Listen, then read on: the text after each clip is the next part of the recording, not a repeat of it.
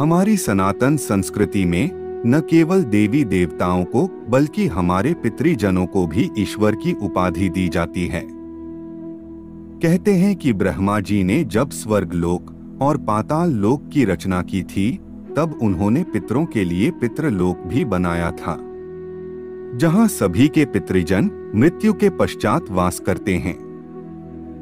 पितृपक्ष के इस महीने में पितृजन पितृलोक से धरती पर अपने प्रियजनों से मिलने आते हैं। इसके साथ ही अपने प्रियजनों के हाथ का ही भोजन ग्रहण करते हैं जो उन्हें तृप्ति प्रदान करता है, और वह प्रसन्न होकर हमें आशीर्वाद देकर पुनः पितृलोक लौट जाते हैं। किंतु अगर धरती पर उन्हें तृप्ति प्राप्त न हो और प्रियजनों द्वारा उनका पोषण न किया जाए तो वह रुष्ट होकर पुनः पितृलोक लौट जाते हैं, जिसके कारण उस परिवार को पितृदोष लग जाता है। अगर आप भी पितृ श्राद्ध की संपूर्ण विधि जानना चाहते हैं और श्राद्ध क्रिया से होने वाले लाभों को भी जानना चाहते हैं तो वीडियो को अंत तक देखें और धर्मार्थ चैनल को सब्सक्राइब अवश्य करें। विलंब न करते हुए आरंभ करते हैं।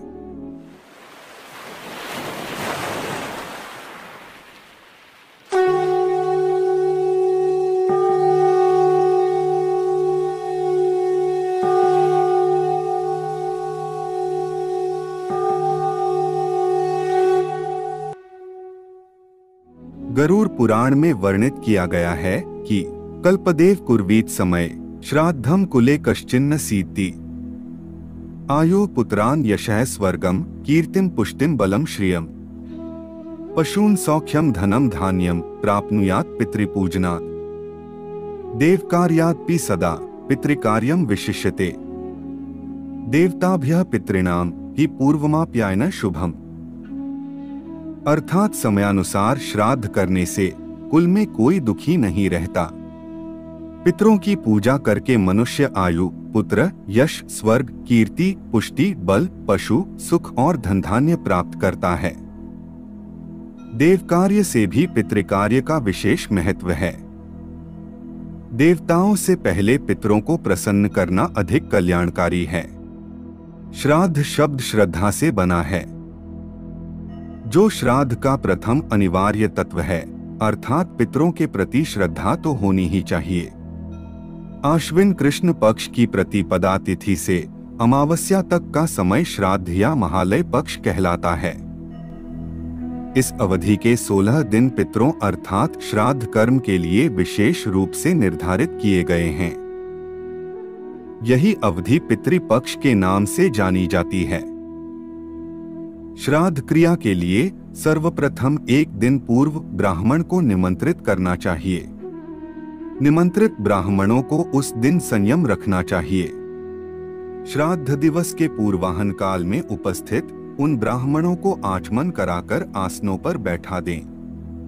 विश्वेदेव अथवा आभ्युदयिक श्राद्ध के लिए 2 ब्राह्मण तथा पितृपात्र के स्थान पर यथाशक्ति ब्राह्मण को बैठाना चाहिए, अथवा इनमें 2 ब्राह्मणों को विश्वेदेव पात्र के आसन पर पूर्वाभिमुख तथा 3 ब्राह्मणों को पितृपात्र के आसन पर उत्तराभिमुख करके आसन पर बैठाना चाहिए। इसके बाद ब्राह्मणों को हाथ धोने के लिए जल और आसन के लिए कुश प्रदान कर उन्हीं की आज्ञा से विश्वेदेव का आवाहन करके भोजन पात्र में जौ छिड़क कर दें। तदंतर पवित्र पूजा पात्र में जल तथा जौ डालकर ब्राह्मण के हाथ में पूजा सामग्री जैसे गंध, दीपक, माला, हार, आभूषण तथा वस्त्र आदि प्रदान करें। तत्पश्चात हृदय से पितरों का आवाहन करके उन्हें कुशा आसन प्रदान करें। उसके बाद पितृस्थान पर विराजमान ब्राह्मण की आज्ञा लेकर आयन्तु नः पितर इस मंत्र का जप करें। पितृकार्य में जौ के स्थान पर तिलों का प्रयोग करना चाहिए और तिल के साथ उन पितृगणों को पूजा सामग्री क्रिया अनुसार प्रदान करें। उन पूजा सामग्री को पितृपात्र में रखकर और कुश को भूमि पर रखकर उसके ऊपर पितृभ्यः स्थानमसि इस मंत्र के द्वारा उक्त पितृभाग की सामग्री भूमि पर उलटकर रख दें। उसके बाद घी मिलाकर अन्न को अग्नि में प्रदान करने के लिए श्राद्धकर्ता आचार्य से आज्ञा प्राप्त करे। जब आचार्य हाँ कर दें तो पितृयज्ञ के समान ही अग्नि में युक्त घी का हवन करके आहुति करके फिर शेष बचे हुए अन्न को समाहित मन से पितरों के भोजन पात्रों में रख दे। पितरों के भोजन पात्रों के रूप में चांदी के पात्रों का ही प्रयोग करना चाहिए। पृथ्वी ते पात्रम। फिर इस मंत्र से पात्र को अभिमंत्रित करें। फिर इदम विष्णु मंत्र का पाठ करें और ब्राह्मण के अंगूठे को पितरों के लिए अन्न को स्पर्श कराएं। सभी जन गायत्री एवं मधुवाता मंत्र का जप करके ब्राह्मणों से सुख पूर्वक भोजन करने का निवेदन करें और ब्राह्मण मौन होकर भोजन करें। श्राद्धकर्ता क्रोधादि से रहित होकर बड़े ही श्रद्धा भाव से उन ब्राह्मणों को बिना शीघ्रता किए उनका अभीष्ट अन्न उन्हें प्रदान करें। उसके बाद पुनः पहले के समान मधुवाता मंत्र का पाठ करें और शेष अन्न को लेकर उन ब्राह्मणों के द्वारा हम तृप्त हो गए, इस प्रकार कहने पर उन ब्राह्मणों की आज्ञा से श्राद्धकर्ता दक्षिणाभिमुख होकर तिल सहित उस शेष अन्न को ब्राह्मणों के पात्रों के समीप में ही भूमि पर जल के साथ रख दें और प्रत्येक ब्राह्मण को हाथ मुंह धोने के लिए अलग अलग जल प्रदान करें। उसके बाद ब्राह्मणों को आचमन कराएं। तदंतर ब्राह्मणों के स्वस्ति कहने पर श्राद्धकर्ता अक्षयमस्तु कहकर ब्राह्मणों के हाथ में जल प्रदान कर अपने सामर्थ्य के अनुसार दक्षिणा दें। फिर ब्राह्मण श्राद्धकर्ता को आज्ञा प्रदान करें। उनकी आज्ञा प्राप्त कर श्राद्धकर्ता पितृजनों के लिए स्वधा इस वाक्य का प्रयोग करे। पुनः उन ब्राह्मणों के द्वारा स्वधा कह देने के पश्चात श्राद्धकर्ता पृथ्वी पर जल छिड़क दें। फिर विश्वदेवा प्रियंता यह कहकर श्राद्धकर्ता विश्वदेवों को जल अर्पित कर उन्हें विसर्जित करे। तदंतर पितरों से इस प्रकार की प्रार्थना करे कि दातारो नोभिवर्धनताम वेदाः संततिरेव च श्रद्धा च नो मा व्यगमत बहुदेयम च नोस्त्विति।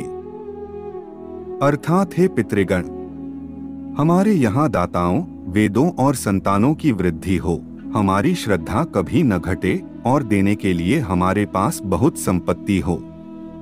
तदंतर वाजे वाजे का उच्चारण करते हुए श्राद्धकर्ता प्रसन्नता के साथ यथाक्रम पितरों का विसर्जन करे।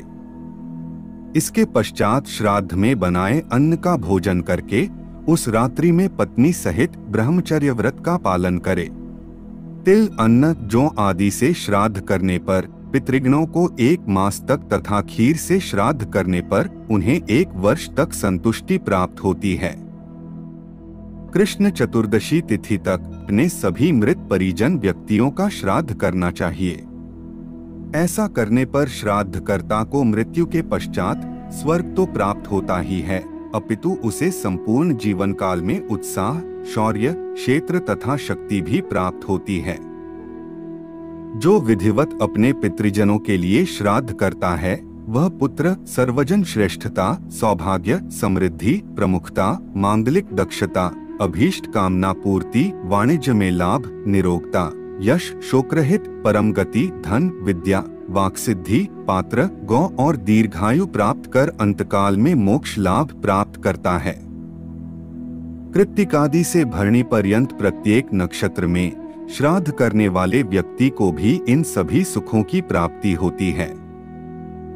सुंदर सुंदर वस्त्र तथा भवन आदि सुख साधन स्वयं ही श्राद्धकर्ता को सुलभ होते हैं, अर्थात इस प्रकार श्राद्धकर्ता भोजन, वस्त्र तथा भवन आदि से परिपूर्ण रहता है।